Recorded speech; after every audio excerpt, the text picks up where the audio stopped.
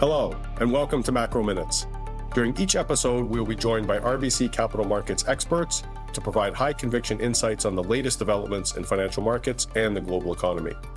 Please listen to the end of this recording for important disclosures. I'm Lori Calvasina, Head of U.S. Equity Strategy at RBC Capital Markets. We're recording this live on June 3rd, 2026 from Day 2 of RBC's Global Energy, Power, and Infrastructure Conference in New York. I'm joined by Callie Simpkins, Managing Director on our cross-asset hedge fund sales team, who will moderate our discussion, along with Amy Wu Silverman, Managing Director and Head of Derivative Strategy. Please do listen to the end of this podcast for important disclosures. And now, Callie, I'll turn it over to you. Thanks, Lori.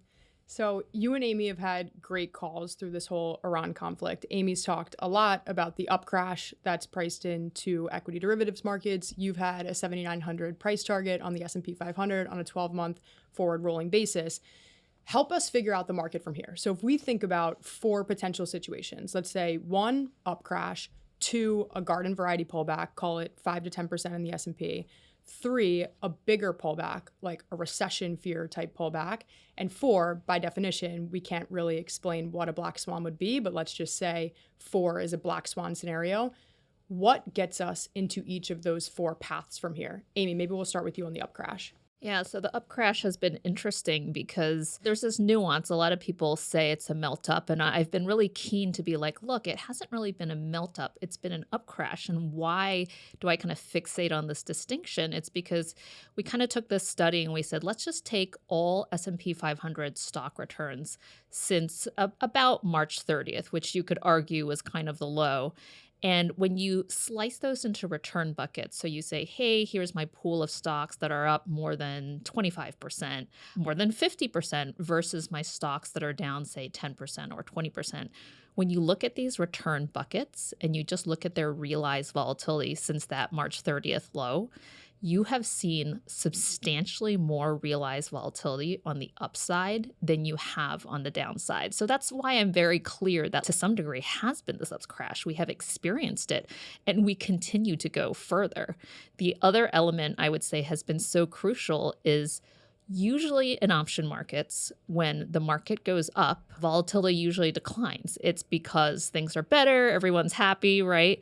And we haven't seen that at all. We've seen this dynamic, which is more spot up, vol up. But all that is to say is your volatility is rising as your market is rising. And so some of these metrics that we typically look at, so the VIX, for instance, we have to take it with a grain of salt, because if we are rallying and the chase to the upside volatility is what is causing that volatility metric to rise, then is that a fear gauge? I don't know. So when you think about this up crash, we're still kind of in this FOMO, MOMO area. We haven't left it yet. There are many different ways we categorize that, but the bottom line is there's probably still more room to go, even though we are quite frothy.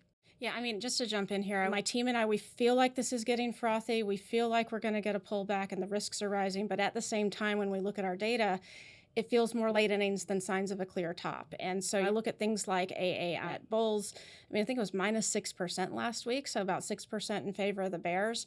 That's not a top. You've got to get at least to 1 standard deviation above the long-term average. So the fact that the market's going up and everybody's kind of anxious about it gives you room to climb that wall of worry a little bit longer. You know, I look at my valuation metrics, and especially the Russell 2000, because that one failed an important test earlier this year when the market topped. We're seeing right now a PE on an FY2 basis of about 17.6 times. I think it got up to like 18.4 this past time, and the previous high had been 18.2. So 17.6 is not 18.4, but it's getting pretty darn close. You got a little bit more room on the S&P, right, where you're trading around 21.5 times. The most recent couple of tops have been around 26. I get a little bit more nervous when I look at the top 10 market cap names in the market, because those are trading around 31 times, and 32, 33 has been the top recently. But while that could be portending a potential top, it could also be telling you need a catch-up trade in the rest of the market. And we are starting to see earnings revision trends finally broaden out, to kind of the non-top 10 market cap type names. So I would say for now, it feels like we've still got a bit more room to go. We're not as nervous as we are starting to get. We are just not seeing signs that now is the time to just pull out. I would say the other thing, Callie, the 7,900 target, we set that once a month, and we typically do the median of our 5 different models. I didn't do that this time around, and we can talk about that more later, kind of like what we were baking in, but the 7,900 came from our earnings and valuation model. If I had just taken the pure median, we'd be sitting at 8,100 with that forecast. And we wrote all this and said at the time, it does feel like there's some upside risk to our numbers. And even some of our more aggressive models were getting up to 83, 8,400. So we can sit there and take certain models and see also how this has some more room to go. So if we have more room to run based on what you're seeing, Lori, from the fundamentals, if we are in late innings but not quite yet the top of the market from what you're seeing, Amy, in the equity derivatives market, can you talk to us a little bit more about the MOMO, FOMO part of this next leg of the trade, and how can we take advantage of that as investors? Yeah, the good news is there's a lot of interesting things to do right now. I'd say one is, again, this spot up, vol up dynamic. Essentially, what it has created is an incredibly expensive call wing. The upside trade is a lot more pricey than the downside trade. So something we've been talking to clients about is a really simple structure, which is called a collar. So very basic. You are selling upside that, as we mentioned, is very pricey, and you use it to fund buying downside. So what happens is you're getting downside protection at very, very low costs. And in some instances, because of this call exuberance, you're actually getting a net collection of premiums. So meaning you're actually getting money in for putting on protection. And look, if you're someone who has actually been in the right trade, if you're someone who's got winners on your book and you're looking and you're saying, even if this does have some room to run, we acknowledge that we're in the later innings, I'm willing to give up maybe slightly a little bit of upside. And in exchange, if something does occur, the fact that I can get my downside protection essentially for free is very compelling. So those trade structures that we recommend folks look at now basically take advantage of that fact that that call wing is completely out of whack, completely driven by FOMO and MOMO, which, look, we know momentum does tend to beget momentum, but we also know at some point that momentum does stop. I think that's a great segue into the next part of these 4 paths forward. So these are ways that you can take advantage of the current market structure to put on downside protection if you're worried about a pullback. So what is on your radar? What keeps you up at night that could get us into that pullback? So let's think about a garden variety pullback, and let's think about like recession fear, greater pullback, those 2 things. What do you think? So look, I would say if we go to kind of like that tier 1 garden variety pullback 5 to 10%, there are a few different things that we've outlined. I would say one of those is just midterm elections are coming up, right? And we do tend to see volatility around those events. And it's something very much on investors' minds, right? I've had even U.S. investors, not just international investors, want to talk about that recently as a risk factor. The rise in interest rates that we saw recently, while it feels like that heat has come off now in terms of that fear, we went back and, sort of looked at some of our work. And if you look since 2022, and I would say start post 2022 because 21-22 was more of a regime change. We had an increase in 10-year yields of more than 300 basis points. They've been much shallower recently. And so what we've seen since then, right, is if you have like this 168, 90 basis point increase in 10-year yields and you stay contained under 5%, those pullbacks have been limited to the 5 to 10% range. So we've said if we break out of that range, if we go well above 5%, you might be looking at something more significant in terms of a market drawdown. But if we just sort of have, a move up, that is something that can contribute also. Another thing we've talked about quite a bit is delayed impacts from the situation in the Middle East. And I took a look back at 2018 and 2019 bottom-up consensus forecasts, and I did the same thing for 2022, 2023. So tariffs 1 and Russia-Ukraine war. And the really interesting thing is that the market, as you looked at the consensus earnings numbers, there was barely a blip in terms of the 2022 shift and the 2018 shift. Those numbers came out fine and more or less where they had been expected to be. If you looked at 2023 and you looked at 2019, the out year, the after year, those numbers were steadily coming down from the summer of 2018 and the summer of 2022. And as we kind of look through company transcripts, they're talking a lot about buffers, inventories, hedges. My favorite one is a chemical company that has a year of helium sitting in a cavern in Texas that they put in 5 years ago. I think companies are doing a beautiful job of managing through, and they've really honed their crisis management skills, and they're talking a lot about that. Those buffers and inventories don't last forever. And at some point, if this goes on long enough and we haven't seen things things settle down, the market is going to have to digest that. Companies are going to have to come and talk to investors about what next year looks like, and the market may need to adjust some numbers. So those are kind of three basic things that we're thinking about a bit. Obviously, war setbacks are another, and semi-profit taking. We don't have to go too deep into that, but that's another one sort of that's been on our radar for a tier one kind of drawdown. Great. But what about a black swan event? I think it's hard to talk about a black swan event without talking about Iran and the conflict and energy. So I'll put that to you. Is there anything else that's on your radar? When we look at our 4 tiers of fear, I always joke in meetings, we don't talk about tier 4, right? We all know what those were. But if you go back, to sort of the GFC, I remember I had become a small cap strategist in 2007. And so very interesting time to be launching as a senior analyst on any kind of macro product. And I remember at the beginning of 2009 making a call that small caps would have an okay year, right? I was more constructive than most folks. And we sort of looked at the GDP backdrop and I remember this idea that it would be the final down GDP year. And so if it was that, and that's what our economists were saying, then it would be the time to start to look for markets to price in better times ahead. That's something we saw in one of those tier ones. If you look at the other tier 4, which was, in my lifetime at least, which was the tech bubble, I just don't sort of see the same ingredients for that today. I get asked all the time, is AI in a bubble? And I really just don't agree with that. I think the market is concentrated, the earnings are concentrated. I do think there was some overhype initially, but I do think we're actually starting to turn the corner in terms of seeing real impact. So I kind of push back against that AI bubble thesis a bit.